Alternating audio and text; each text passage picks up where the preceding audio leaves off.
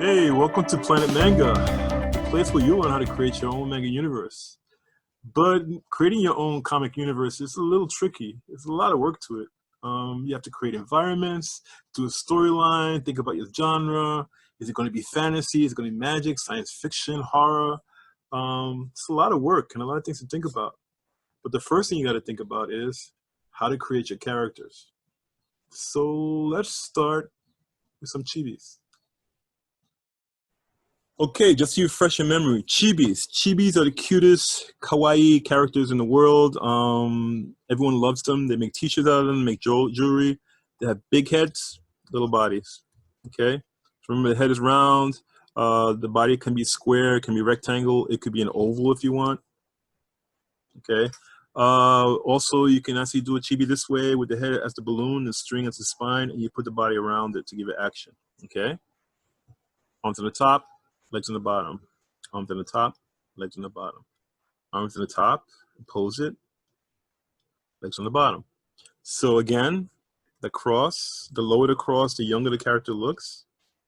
Okay. Now you can actually curve this line too, make it pretend it's like an egg or ball. And that 3D kind of effect will kind of help make your character look more realistic.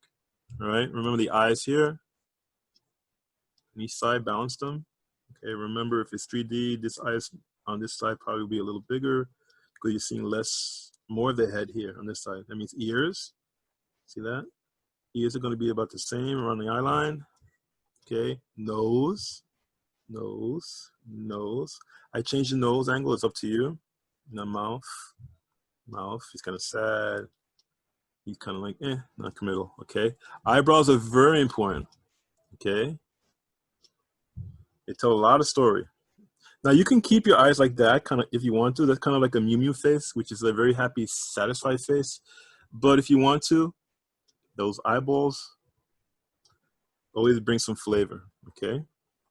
Remember, if you're doing a girl, sometimes a fishtail is a nice thing to do. Make the design a little thicker and it makes it a little feminine. You can do that with boys as well, but they read very feminine. But it depends on your character, right?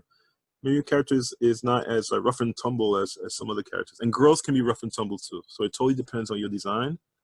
All right. You see, erase the lines we don't want. Okay. Remember, press lightly. If you press lightly with your pencil, you can erase easier. And then if you put ink and color on top of it, it's not going to smudge so much. Okay. Notice that I'm kind of like making a circle. Separate the legs.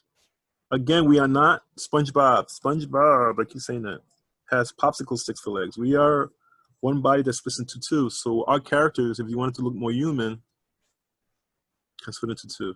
Okay. Notice this character has a little bit of movement to it because I posed it with the line. And if you want to, you can kind of do little tiny feet too.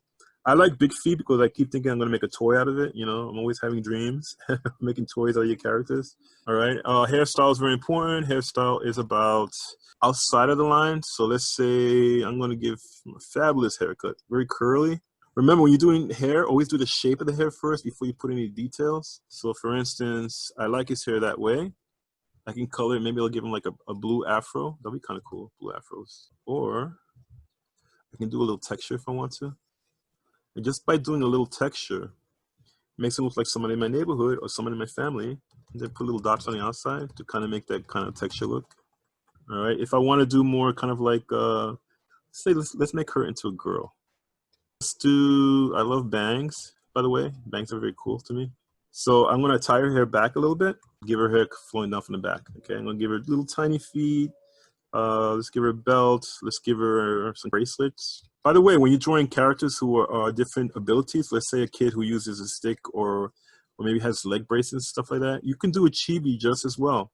If you do a sitting chibi, remember, circle and just a spine like that, and then you do the body around that. See? Any kid sitting down or a kid in a wheelchair if you want to. All right? What kind of hair should I do here? Let's do dreads. Now, dreads are very nice. You do the shape of the dreads first. And what's good about that is that afterwards, you put the texture. So let's say like this, like that. Now, this could be a boy or a girl so far. You put some texture here, see? Especially with color. If you put different color texture in there, that'll be very nice, all right? I'm gonna give him kind of baggy clothes. I like kind of baggy clothes. So this character has a lot of flavor, okay? And again, if you're gonna make characters, make them look like somebody in your family. Again, I keep saying this. When I was a kid, I didn't have any comic book characters that looked like anybody in my family.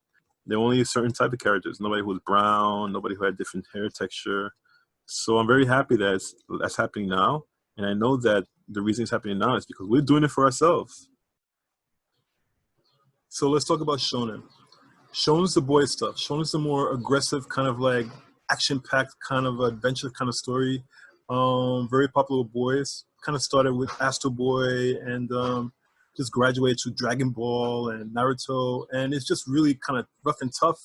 A lot of action. And it comes from the idea that Japanese folks have that boys are more aggressive, they're more impulsive.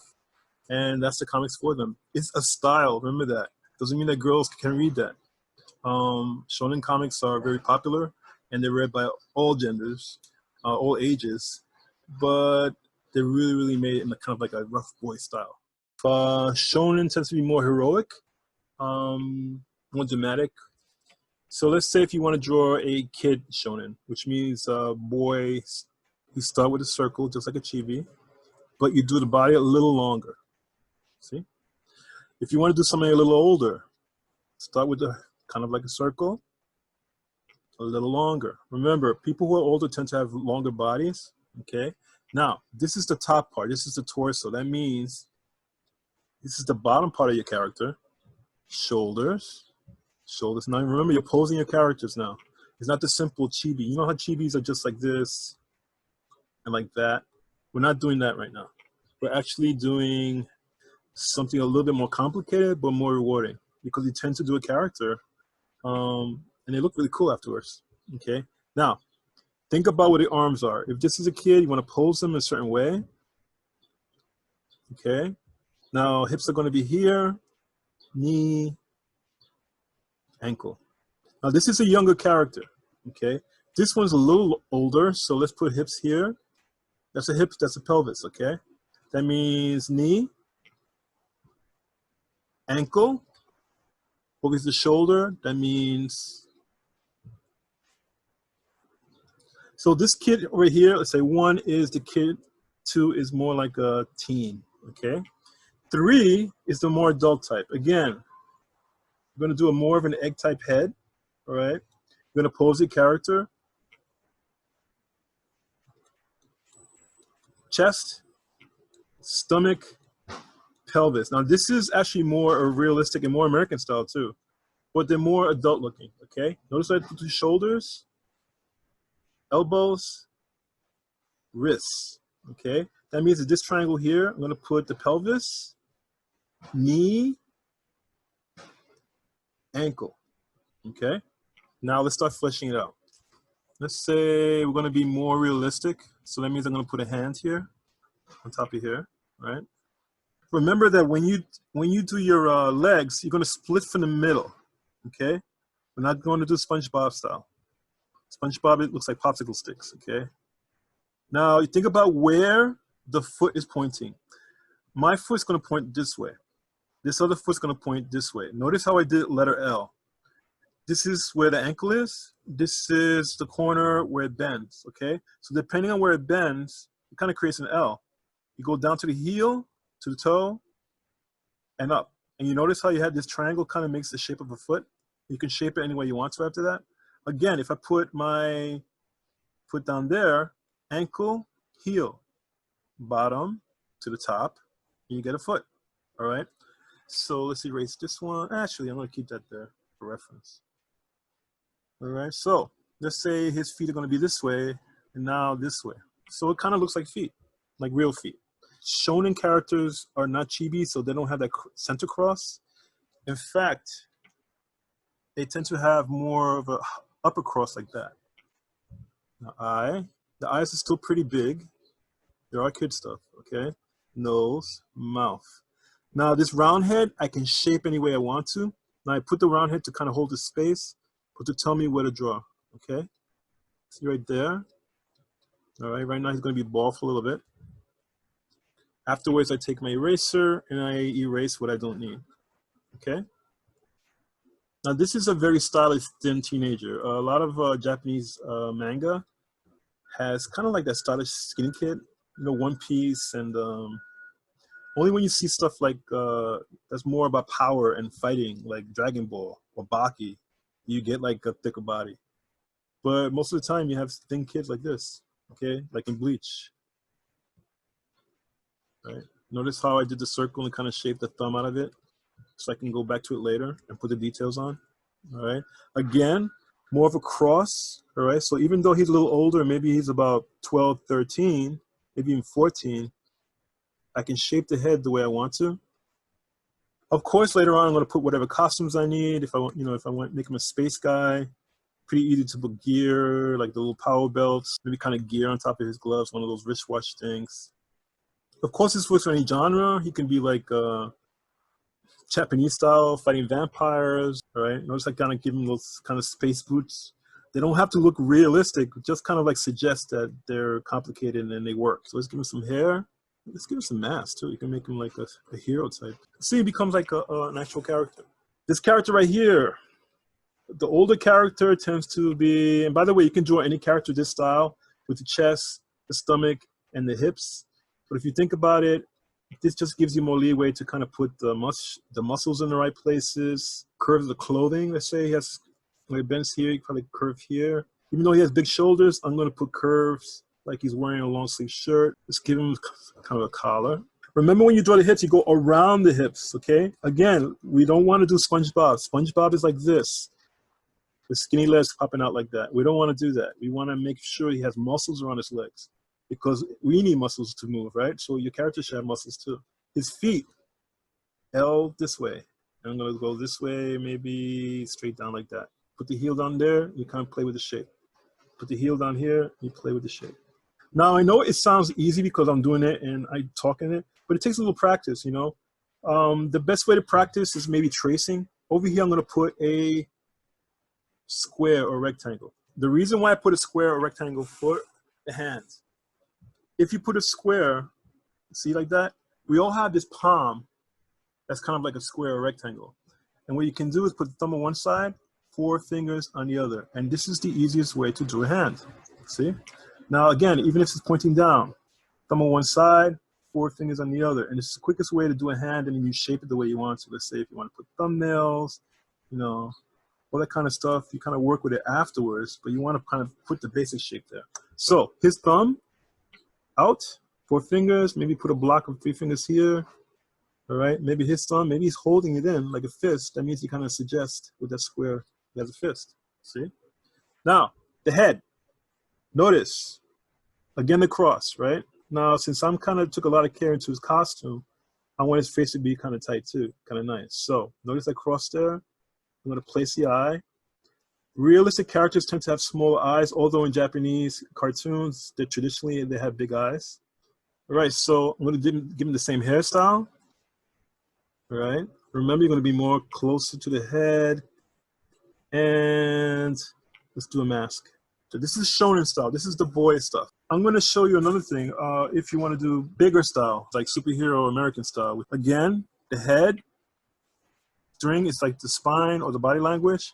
And then you're going to build your character up. Now, if you want to do stuff like Dragon Ball has big chest, big stomach, and then that triangle. But they also have bigger shoulders. So remember, when you want to do a character that has bigger shoulders like that, more powerful, you got to do the bigger circles in the shoulders, okay?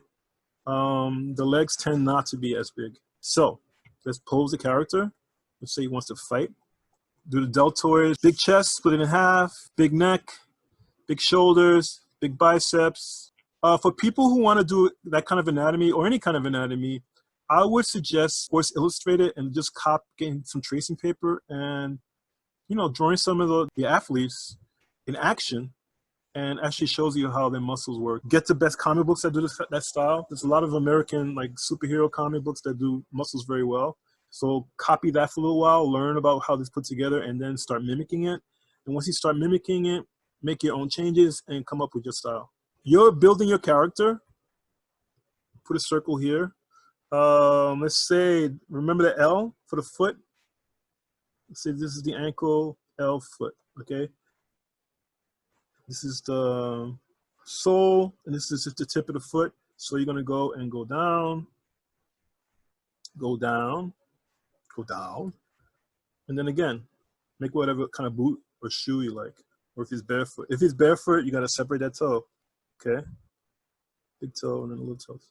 Let's put a little belt. And then let's do the head. Now when you do the head, remember cross style, like Christian cross, eyes, mouth, whatever kind of action.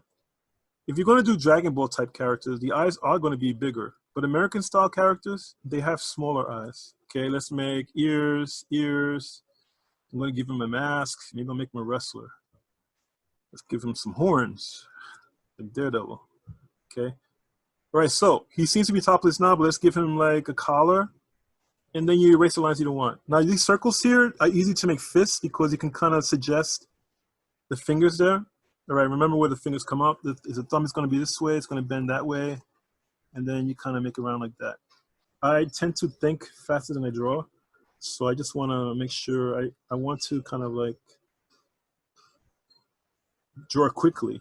That's the thing I need to do. And sometimes when you draw too quickly, you don't draw as well. When you take your time to construct a character, that actually helps a lot. But if you have like a lot of pages due and this and that, drawing quickly and loosely, like this, kind of placing things on, and sometimes you have to do that. But if you have more time, please build and plan everything a lot better so that you come up with a beautifully drawn classic afterwards. So that's shonen stuff. So shoujo. Shoujo is more the girl stuff. Shoujo is marketed towards girls. It can be more thoughtful, more about relationships. I don't want to say softer because some of those stories are pretty kick butt. They're very kind of action-packed too. If you look at Sailor Moon has a lot of powers, but the difference between the girl stories and the boy stories is that the girls plan ahead. They think more about the actions. When they fight, they tend to think about it first, make a plan, and then change. They turn around 3 times, their clothing comes, their armor comes up, and then they fight. Not like the boys who are like, and they get in there quickly. Girls tend to be more thoughtful. Now, this is just style, okay? Shoujo. Shoujo characters, the girl characters, are very popular to draw. In fact, the internet is full of different designs of shoujo characters. The most popular being perhaps Sailor Moon. It's a type of magical girl that's very popular right now. Has a long and deep, rich history. And let's do a couple of them right now. So if you do a girl, kind of the same as the boys, right? This is a younger one. Let's do an older woman. Again, if you think about the head as a balloon and the string and the spine, that's perhaps her body language. And now you're going to do the shoulders. I will do stomach, and let's do the triangle. Now, this is a younger character, so her head's going to be bigger in proportion to the rest of her body. Whereas someone who's older, the neck might be a little longer. Shoulder. If anybody sees Clamp, who's a very popular type of character, they're very skinny, very pretty, very big, doe-eyed. You can go that way, and that's, of course, that Japanese style. But there's some new comics coming out where the characters seem to be more realistically drawing. So those kind of characters, okay, spine, okay, shoulder and shoulder. See that? Now, shoulder, place. Now, she's a younger character. I would think schoolgirl. Now, remember, you're making the body first, and then you're putting clothes on top of it. Just to kind of place the character on the page. You want to know what the stance is. So this character has that regular model chic character stance, you know. You kind of, this is the letter L. Remember the feet? L right there. I put a little box for a hand. Okay. Now, again, if you're older character, your limb tends to be a little longer. And let's give it a little bit more action. Okay. I'm going to give her some action and stuff like that, just to make her seem taller. Okay. And this one, let's give her just a pose. Letter L. Remember, this part is the heel. Okay. So if I go like this, letter L, that's her heel there. When you draw your character, you're going to flesh them out a little bit.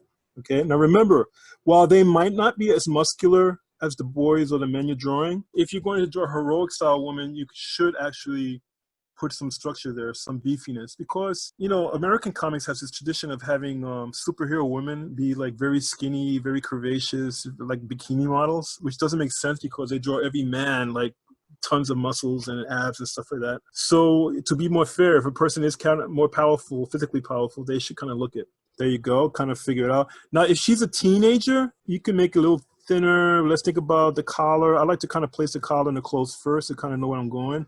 If she's a schoolgirl, old style, let's give that big, you know, little bow, like Sailor Moon style, okay? If her dress is gonna go down, remember, around the curve, okay? Try not to make it like triangle like that.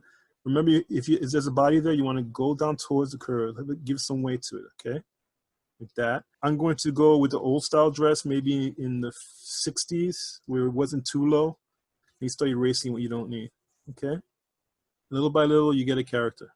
Okay, let's go like this, all right? Let's erase these middle lines here.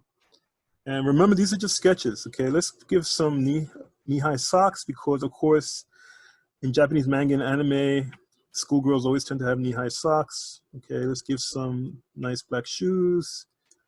Need some penny loafers, as if I knew what they were. A little heel, okay? So she looks more realistic when you think about that. All right, this square right here, I tend to just want the girl to look normal size, so let's put a little vest on her. So you start building your character, okay? Now these little squares right here, the hands, they're pretty good. Remember, sideways, one thumb, and then 4 fingers that way, okay? Thumb, 4 fingers, or move them that way, all right? Let's give her, I don't know, should we give her short sleeves? Let's give her short sleeves. Give her short sleeve, maybe a friendship bracelet. By the way, if you're going to use pencil and paper, remember, again, don't press too hard when you're designing the character first, especially if you want to ink later on. All right, now let's do the little cross. Okay, let's go over here before I do her hair. Let's do all the heads together. She looks like a younger character, so let's make her, I don't know, maybe she's like, I don't know, 10 years old. Okay, so proportions are going to be more like a regular kid. If you have her head tilted a little bit, that gives mad attitude for your character, which is kind of cool. All right, let's do fists here. I don't know, let's give her jammer shorts. You know, and make her feet a little bigger, because again, when I draw kids, I think that their feet should look a little bigger to get more fun designing them. Okay, let's give her some sneakers. Maybe she's more of a jock. Remember that thumb is very important. Even if you want to ball up the fist, just give her some droopy socks. It gives a lot of texture. And by the way, that's kind of a thing you can do with characters.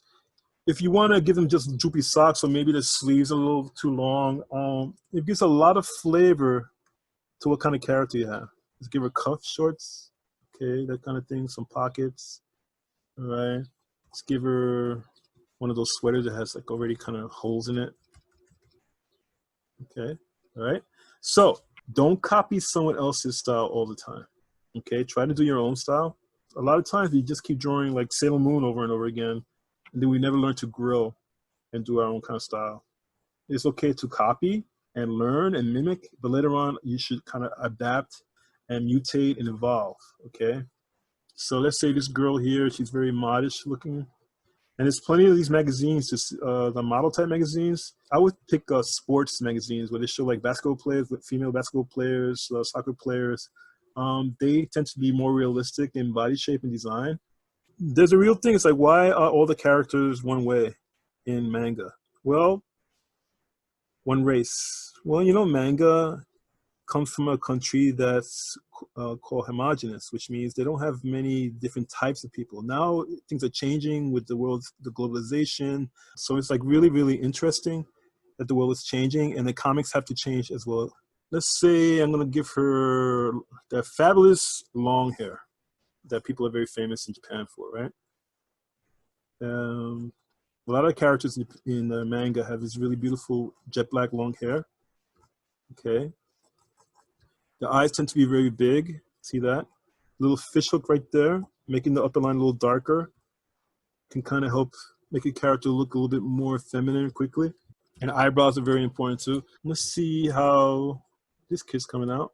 Give her eyes a little bigger, because remember, if you're younger, if you give them bigger eyes, it reads as younger. Okay, let's give her a little attitude. Let's give it curly hair. We don't see enough curly hair in anime, do we? Let's give it some curly kind of like. And I'm gonna put glasses on him because I love characters with glasses. This girl here, let's give her that haughty look. Haughty means like kind of like she doesn't want to even be bothered by anybody. I don't know. Let's give her a bit of an afro. Now, when you make a chest, you can go flat like that, which is a lot, but that's very kind of like supermodel kind of thing. If you want to make a chest, you go in, out, and back in. Okay, out and back in. You don't have to do American style chests or some of the manga and anime that's written specifically for boys that has girls who are like very kind of like overflowing. Let's put it that way. You don't have to do that. That's kind of like you have to think about what kind of person you're drawing. I kind of like her look. Let's give her these kind of short, kind of like either slippers or like those little karate boots, karate shoes. So this is 3 ways of doing shoujo. It's pretty easy. Remember, if you do a character with action, again, the head, the spine, draw the body around the spine, and little by little, see right there, put a triangle. Look at her, she's ready to fight. The same thing you do with shoujo, the same thing we do with chibis, okay? Draw the skeleton first, draw your lines of action, and then draw the body around that.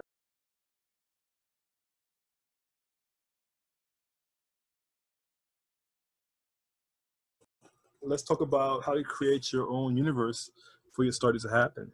The basic type of characters, you want to think about 1, magic.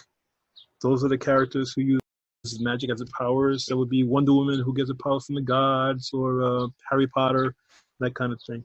2, science. Those are people who use science for their powers, like Iron Man or Fantastic Four, or even the X-Men, who were born with powers because of a gene in the system.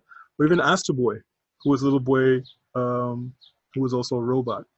Okay, adventure, that's 3. Adventure are characters without powers.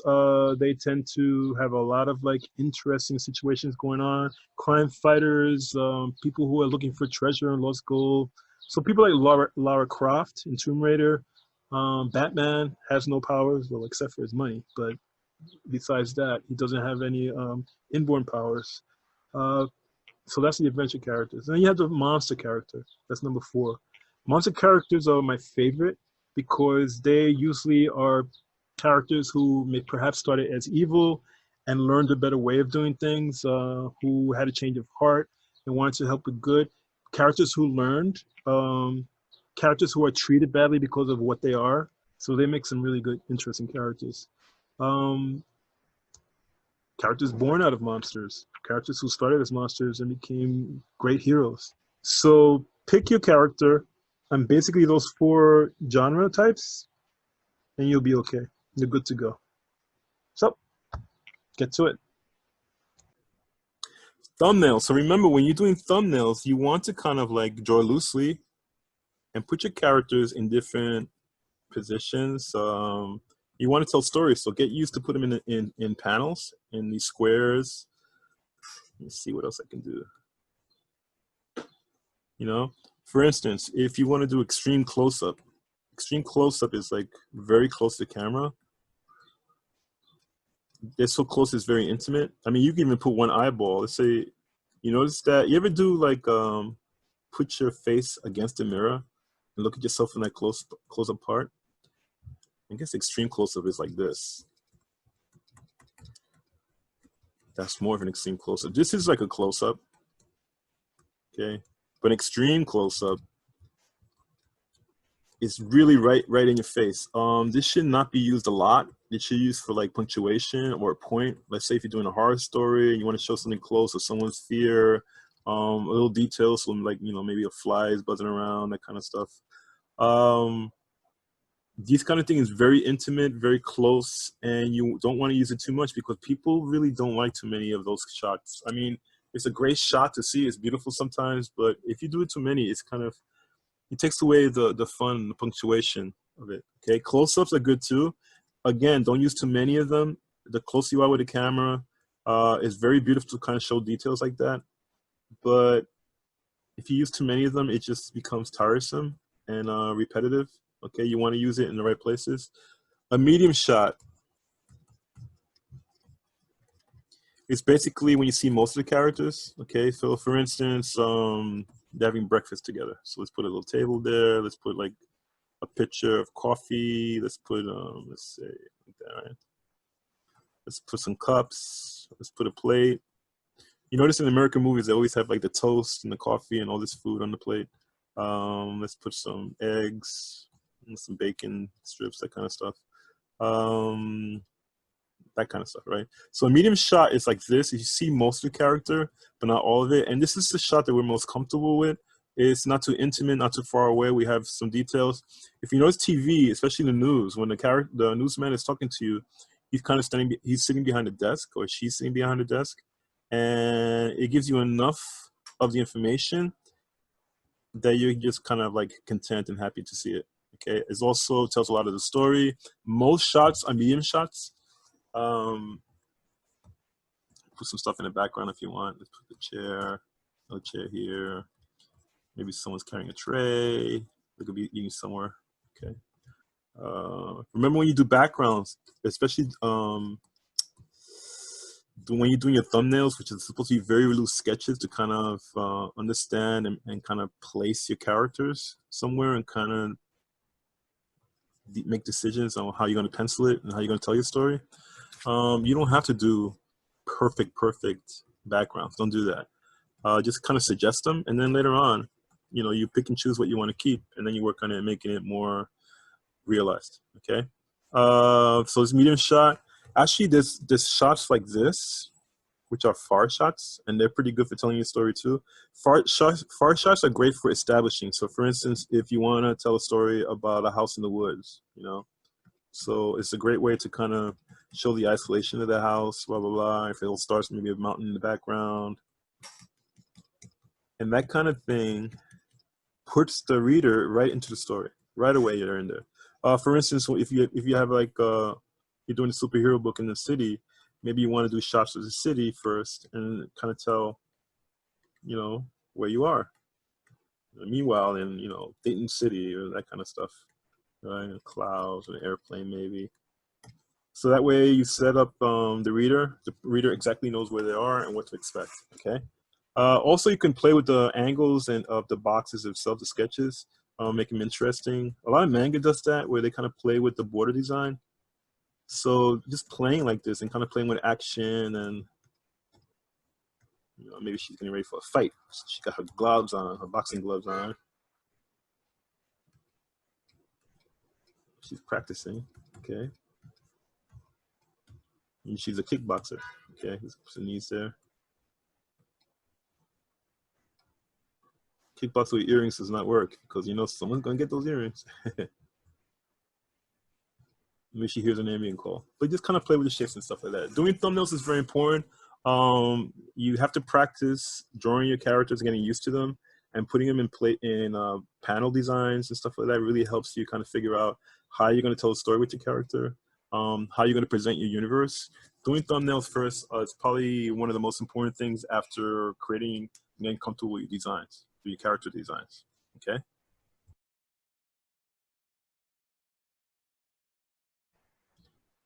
When you draw environments, after you do thumbnail designs, you kind of understand where your character lives, where your universe lives, what kind of universe it is. Practicing and doing sketches of the environment is just as important as doing sketches of your characters. If I want to, let's say you're gonna play with like mountain shapes. There's a lot of mountains in China where they have that kind of dragon spine look, very pointy, very tall. Just kind of doing the research and seeing what they look like can help. Big cities, there's a lot of shots of big cities, a lot of photography, kind of look at what they are, see what kind of city you want to do. If you want to place in New York, you kind of have to understand what landmarks are there. If I want to do France, I know that the Champs-Élysées is this big street leading up to the Eiffel Tower. So kind of understand how to draw the Eiffel Tower, and kind of play with the tree lines and that big boulevard leading up to the Eiffel Tower. And that's a nice way of establishing that you're in France. That's a quick way. If you want something more generic or homey, maybe somebody's house, kind of make a house. But think about what kind of house would this character live in? For instance, you know, Spider-Man lives in Queens, right? But the houses in Queens are not exactly like the houses in like Ohio or the houses in Kansas, stuff like that. They're actually a little different. They have stairs, right? Some of them have stairs. It's a little bit, the property is not as big. Sometimes they have like a really short yard. Sometimes there's a sidewalk right there. Sometimes they're jammed up right against another house. There's a lot of row houses in New York, that kind of thing. So kind of play with the shapes. Do some research on what your character looks like. If you're going to make a totally fantasy place, you know, making making weird mountains or undersea things. Like let's say the person's on the sea and you have like a lot of waves and a lot of kind of like moving kind of seaweed and all these kind of weird caves and you know, fish and you know make a really alien landscape. That could be a lot of fun. Kind of playing with the shapes and ideas of what kind of landscape you want to live in. Or if you're another planet, you know, maybe there's like 3 moons on that planet, you know. Maybe the mountains are really strange and weird. Maybe there's strange towers. You know, maybe people, maybe spaceships or that kind of stuff. Maybe they have like little huts around there. Okay, I'm going to show you some examples of some of my environments that I'm working on. I'm doing some stuff about indigenous people back before Columbus, and I have to think about how do those people live. So I do a lot of research, and I learn about like different houses they kind of live in, how they did their food, you know, how they did their fishing. So you can see people doing stuff like on a regular basis, you know, like a regular day.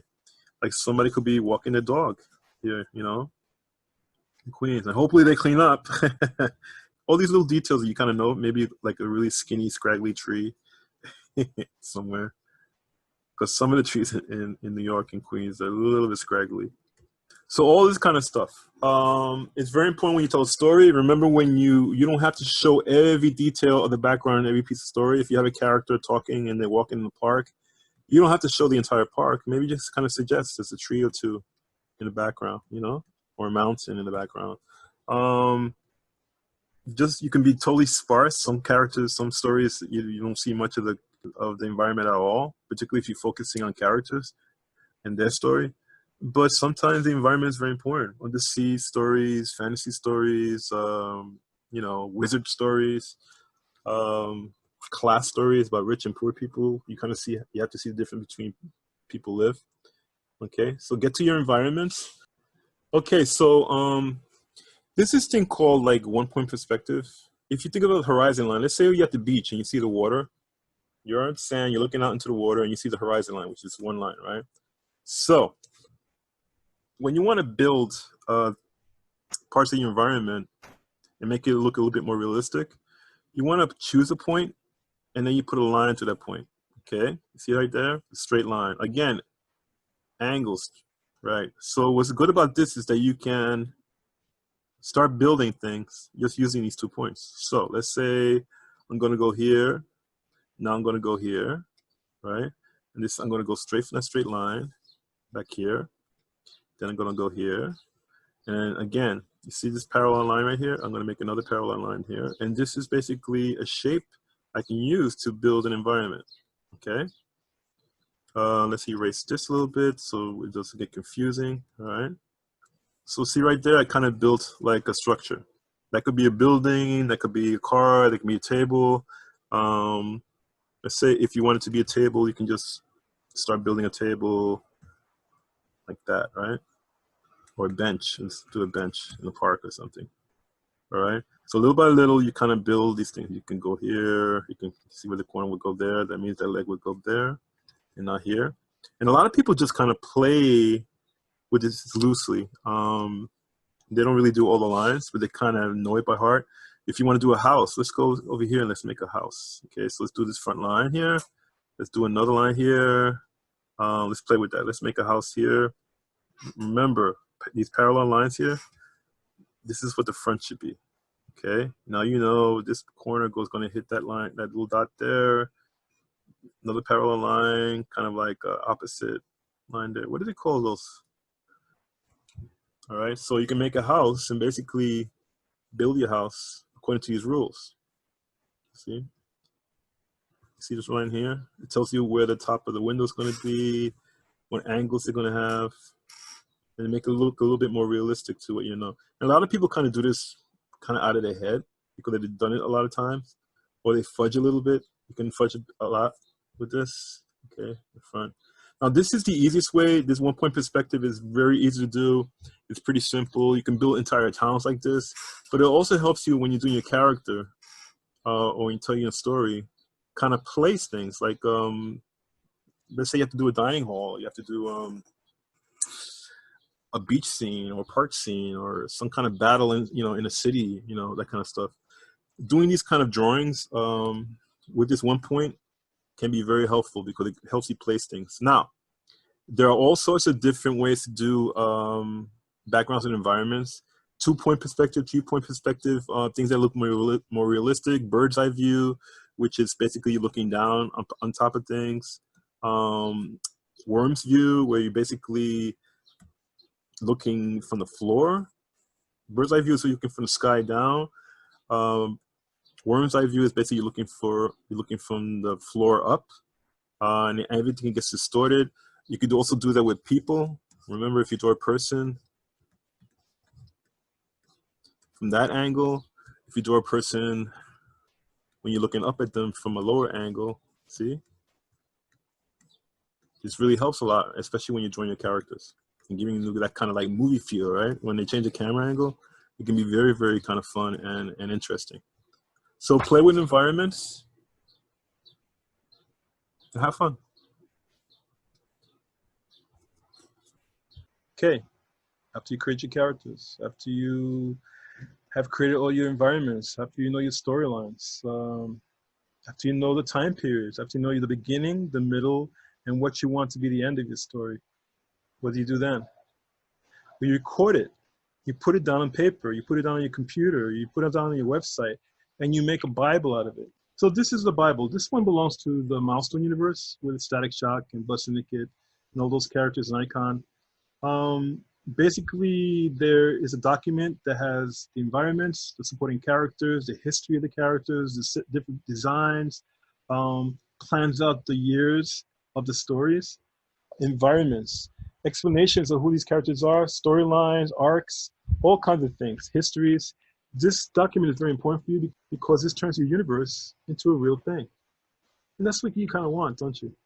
You want your stories to exist outside of your head and onto paper, and maybe in the future, entertain some people.